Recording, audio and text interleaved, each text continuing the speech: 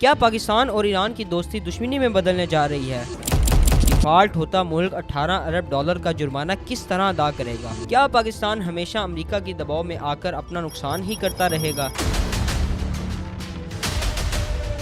پاک Iran gas pipe line اب تک کیوں مکمل نہ ہو سکی؟ جانتے ہیں اس ویڈیو میں۔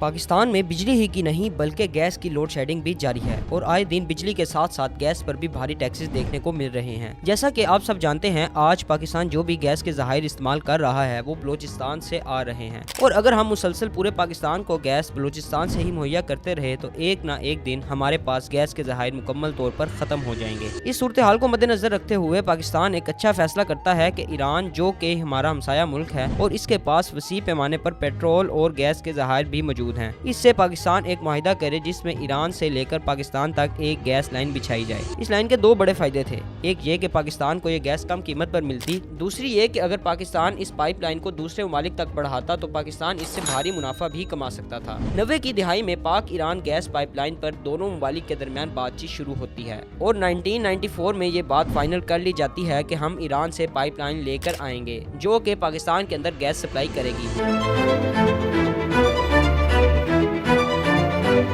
1995 میں بے نظیر بھٹو کے دور حکومت میں ایران کے ساتھ ایک پراپر ایگریمنٹ سائن ہو جاتا ہے، IP کا، یعنی Iran Pakistan gas pipeline. 4 سال مزید اس پر بات چیت چلتی رہتی ہے اور یہاں میاں محمد نواز شریف کا دور آ جاتا ہے۔ ایران کی جانب سے ایک اور ملک کو اس میں شامل کر لیا جاتا ہے۔ IP لائن اب IPI یعنی ایران پاکستان اور انڈیا گیس پائپ لائن بن جاتی ہے۔ اس میں جہاں ایران اور انڈیا کا فائدہ تھا وہاں پاکستان کو بھی خاصا فائدہ تھا، کیونکہ ایران سے انڈیا جانے والی پائپ لائن کو پاکستان سے ہی ہو کر گزرنا پڑنا تھا۔ اس سے پاکستان کو مالی فائدہ تو ہوتا، ساتھ کے ساتھ انڈیا کے ساتھ تعلقات بھی بہتر ہو جاتے اور آئے دن جنگ کی دھمکیاں بھی ختم ہو جاتی۔ اس کے بعد 2008 میں جو فائدہ اس پائپ لائن سے پاکستان کو ہونا تھا وہی فائدہ انڈیا اپنا بھی کرنا چاہتا ہے اور بنگلہ دیش اور اس کے ساتھ ایک دو اور اپنے سرحدی ممالک کو اس پائپ لائن کا حصہ بننے کی دعوت دیتا ہے۔ مگر اسی دوران 2008 میں انڈیا امریکہ کے ساتھ ایک نیوکلیئر ڈیل سائن کرتا ہے۔ جو انڈیا اس پائپ لائن کو آگے بڑھانے جا رہا تھا وہی اس سے راہ فرار اختیار کر لیتا ہے۔ 2010 میں امریکہ کلیئرلی پاکستان کو کہتا ہے کہ آپ اس پائپ لائن سے پیچھے ہٹ جائیں، نہیں تو ہماری پابندیوں کے لیے تیار ہو جائیں، اور ساتھ کے ساتھ امریکہ پاکستان کو یہ آفر بھی کرتا ہے کہ اگر تم اس پائپ لائن سے پیچھے ہٹتے ہو تو ہم آپ کو LNG ٹرمینل لگا کر دیں گے جس کا خرچہ بھی ہم خود برداشت کریں گے، اور ساتھ کے ساتھ تاجکستان سے آپ کو بجلی کی لائن بھی لے کر دیں گے جس کے ذریعے آپ اپنے ملک میں آسانی سے انفراسٹرکچر کو بہتر کر سکتے ہیں۔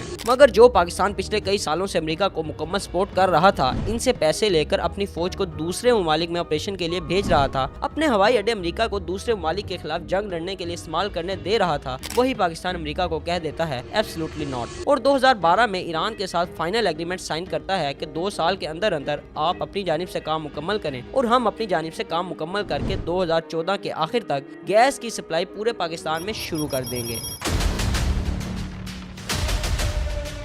اس ایگریمنٹ میں بہت بڑا کردار ادا کرتے ہیں جناب وزیر اعظم یوسف رضا گیلانی اور اس وقت کی وزیر خارجہ ہینا ربانی کھر صاحبہ۔ جی ہاں، وہی ہینا ربانی کھر جن کے سٹائل، لباس اور بیگ کلیکشن کی بہت تعریف دیکھنے کو ملتی تھی۔ جب بھی وہ کسی بیرون ملک دورے پر جاتی تو ان کے لباس اور بیگ کی قیمتوں کو نیٹ پر سرچ کیا جاتا، جیسا کہ آج کل وزیر اعلیٰ پنجاب مریم نواز شریف صاحبہ کے لباس اور جوتوں کی قیمتوں کا حساب کتاب لگایا جاتا ہے۔ ہینا ربانی کھر نے ایک روز بیان دیا کہ ہم کسی امریکہ اور انڈیا کی دھمکیوں سے نہیں ڈرتے، ہم خود مختار ریاست ہیں، ہم اپنے نفع نقصان کو مد نظر رکھتے ہوئے تمام اقدامات لیتے ہیں۔ اس کے ساتھ ساتھ ایک اور بات بھی کہہ دی جو شاید نہیں کہنی چاہیے تھی، ہمارے ساتھ روس پاک ایران گیس پائپ لائن منصوبے کی حمایت کرتا ہے اور کسی قسم کی لابنگ پاک روس تعلقات میں رکاوٹ نہیں لا سکتی، اور ساتھ کے ساتھ یہ بھی کہہ ڈالا کہ اگر ہم دونوں ممالک نے اپنی اپنی جانب سے اس میں تاخیر کی تو 1 جنوری 2015 سے تاخیر کرنے والا ملک یومیہ $1 ملین جرمانہ ادا کرے گا۔